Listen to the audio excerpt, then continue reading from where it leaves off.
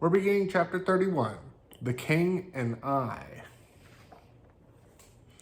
Saudi Arabia threaded in and out of most operations in which I was involved, primarily due to their purchase and routing of weapons, drugs, and blonde-haired, blue-eyed programmed children.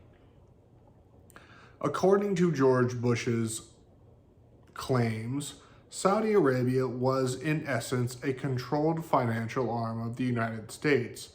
Saudi Arabian King Fahd and his ambassador to the U.S. Prince Bandar provided a front for an unconstitutional and criminal covert operations involvement in the Bank of Credit and Commerce International, BCCI. Scandal. And funding of black budget through purchase of our nation's children to be used as sex slaves and camel jockeys. Since the U.S. won control of the drug industries through the so-called drug wars, Saudi Arabia played an integral role in distribution. It was my experience that Bush's claim of having Saudi Arabian King Fahd as his puppet was in fact reality. It was only natural that criminal diplomatic relations with Mexico interfaced with Saudi Arabia under the circumstances. After all, King Fahd and Mexican President Miguel de la Madrid were active members of George Bush's elite neighborhood in the New World Order. Before I left Washington, D.C., it was my duty as a programmed American patriot to participate in initiating the King and I branch of Operation Greenbacks for wetbacks. While plans were being finalized for a clandestine 3 a.m. meeting at Le Effante Hotel, which I would be attending, I was rushed around D.C. gathering last-minute messages and information. I had no choice in leaving Kelly at Bush's residence office, where Houston had dropped us off earlier in the day for my initial briefing. Congressman Guy Vanderjagt was in Bush's office along with Dick Cheney when we arrived. Before taking Kelly upstairs to the residence area, Vanderjagt told Bush his story about taking my virginity when I was a small child. He recommended Bush do the same to Kelly before someone else beat him to it. Bush laughed and replied, "What makes you think I haven't?" Vanderjagt took Kelly by the hand and led her upstairs, while Bush and Cheney began giving me my instructions. Bush joked about working graveyard in the shadows for the White House night shift of the King and I operation. Cheney began my instructions with the usual threat to Kelly's life and was interrupted by a phone call ordering me over to the White House. The whole time I was gone, I experienced a sensation of panic and dread at having had to leave Kelly at Bush's.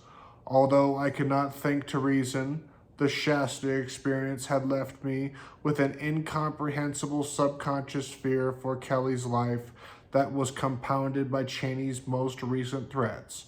I was apprehensive when I was returned to Bush's house late that evening for completion of my instructions. A party was underway, and I was dismayed to see the place so crowded yet so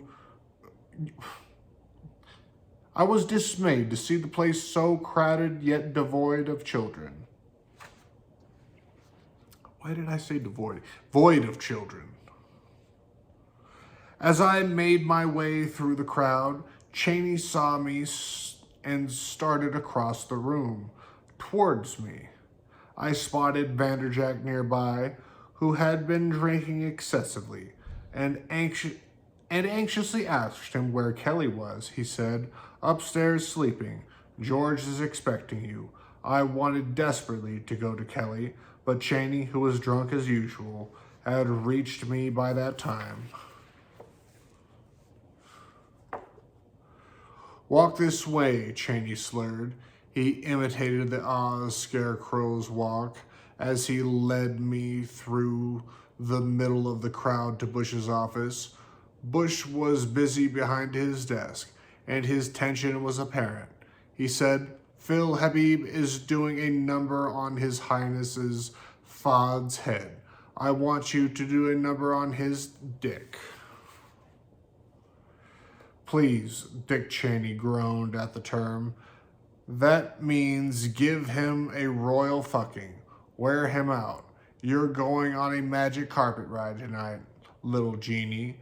Down through the rabbit hole, through the mirror, and we'll meet you on the other side." "Good. He'd better have a smile on his face when we walk into the 3 a.m. meeting," Bush told me as I went out the door. "If you do your part right, he will." I was escorted to Leafonte Hotel, where I was prostituted to King Fahd. I had been exposed to him sexually before, but this was my first time with him and with 5 young girls. Physical likeness characteristics strongly suggested that these Saudi Arabian girls were his own children. Their ages ranged from approximately 10 to 20 years old, indicating genie in the bottle programming, of which Fahd was familiar.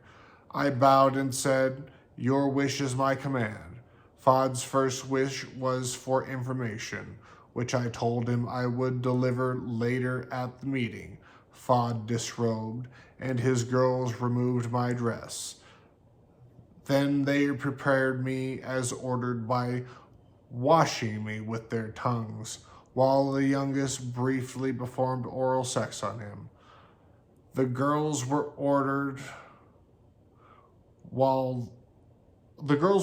aside while I proceeded to sexually gratify Fahd according to his instruction and those I had received earlier from Cheney and Bush.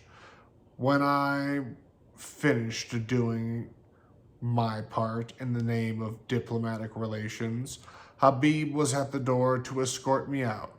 I was to meet with Fahd again at 3 a.m. in Habib's suite.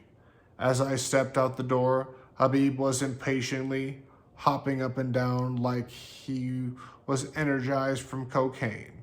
Using his role as White Rabbit, he said in Wonderland cryptic, we're late, for a very important date."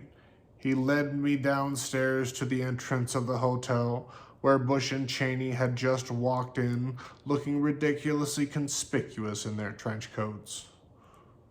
Bush immediately ordered Habib call in and gestured to the phone across the lobby. Habib turned and hurried for the phone. Cheney dashed up the stairs, leaving me alone with Bush. Bush said, referring to Habib, Don't you love to see the wabbit hop?" When Cheney returned a moment later, my identified Secret Service escort led me to the boutique area of the hotel to wait while the meeting in Habib's suite got underway. I had endured water deprivation for some time, which my escort noted as we sat near a fountain. He told me his orders were, "You can lead a whore to water, but you can't let her drink." He teased me further, saying that he knew I could suck the humps of 1,000 camels dry. At last, he took me on to the meeting in Habib's room, where Bush, Cheney, Fahd, and Habib were in the midst of discussion. Bush accessed the messages and bank transaction details I was programmed with at Shasta and ordered me to relay an account of my meeting with De La Madrid and subsequent opening of the Juarez border. The complexities of this meeting, compounded by my being privy only to certain parts, should not be documented here out of context. I do know that Bush was setting the stage for implementing the New World Order, using Mexico and Saudi Arabia's roles to cover using Mexico and Saudi Arabia's roles for cover and for further expansion of U.S. covert criminal activity.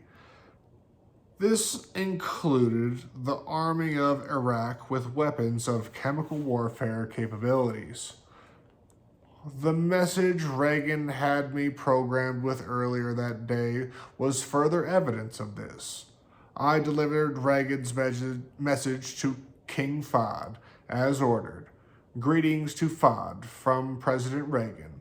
The negotiations you are about to embark on are not only critical to the world peace process, but may solidify U.S.-Saudi relations beyond your wildest expectations.